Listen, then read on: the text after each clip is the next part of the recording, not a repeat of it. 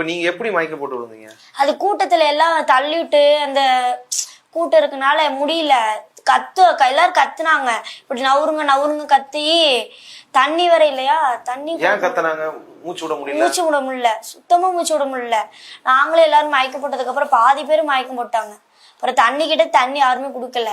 அப்புறம் போய் பக்கத்து வீட்டு. இது வந்து எப்போ விஜய் பேசிட்டு போன அப்புறமா இல்ல விஜய் வரும்போதே? அது தெரியல. ஆனா விஜய் பேசுறத நாங்க கேட்கல. அதுக்கு முன்னாடி நீங்க மயக்கம் போட்டு விழுந்தீங்க? அதுக்கு முன்னாடி நாங்க மயக்கம் போட்டு விழுந்துட்டோம். ஏற்கனவே அவர் வண்டி வர அளவுக்கு வழி இல்ல? வண்டி வரதுக்கு வழி இல்ல. ரோடு ஃபுல்லாவே மக்கள் தான். ரோடு ஆமா ஃபுல்லாவே மக்கள் இருந்தாங்க. அப்புறம் தள்ளி விட்டது மக்கள் ஒதுங்குறாங்க சைடுல.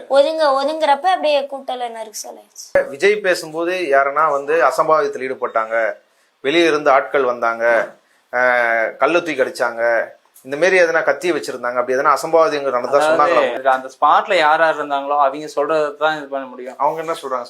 ஸ்பாட்ல இருந்தவங்க கூட்ட நெரிசல்ல தான் ஏதாச்சு, மேல பந்தல்ல எல்லாம் இருந்தாங்க அப்படின்னாங்க. பந்தல்ல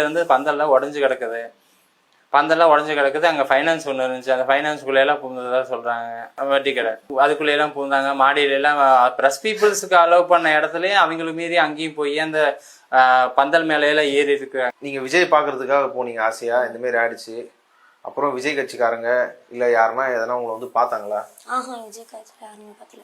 யார் வந்து பார்த்தா? செந்தில் பாலாஜி இவங்க வந்திருந்தாங்க.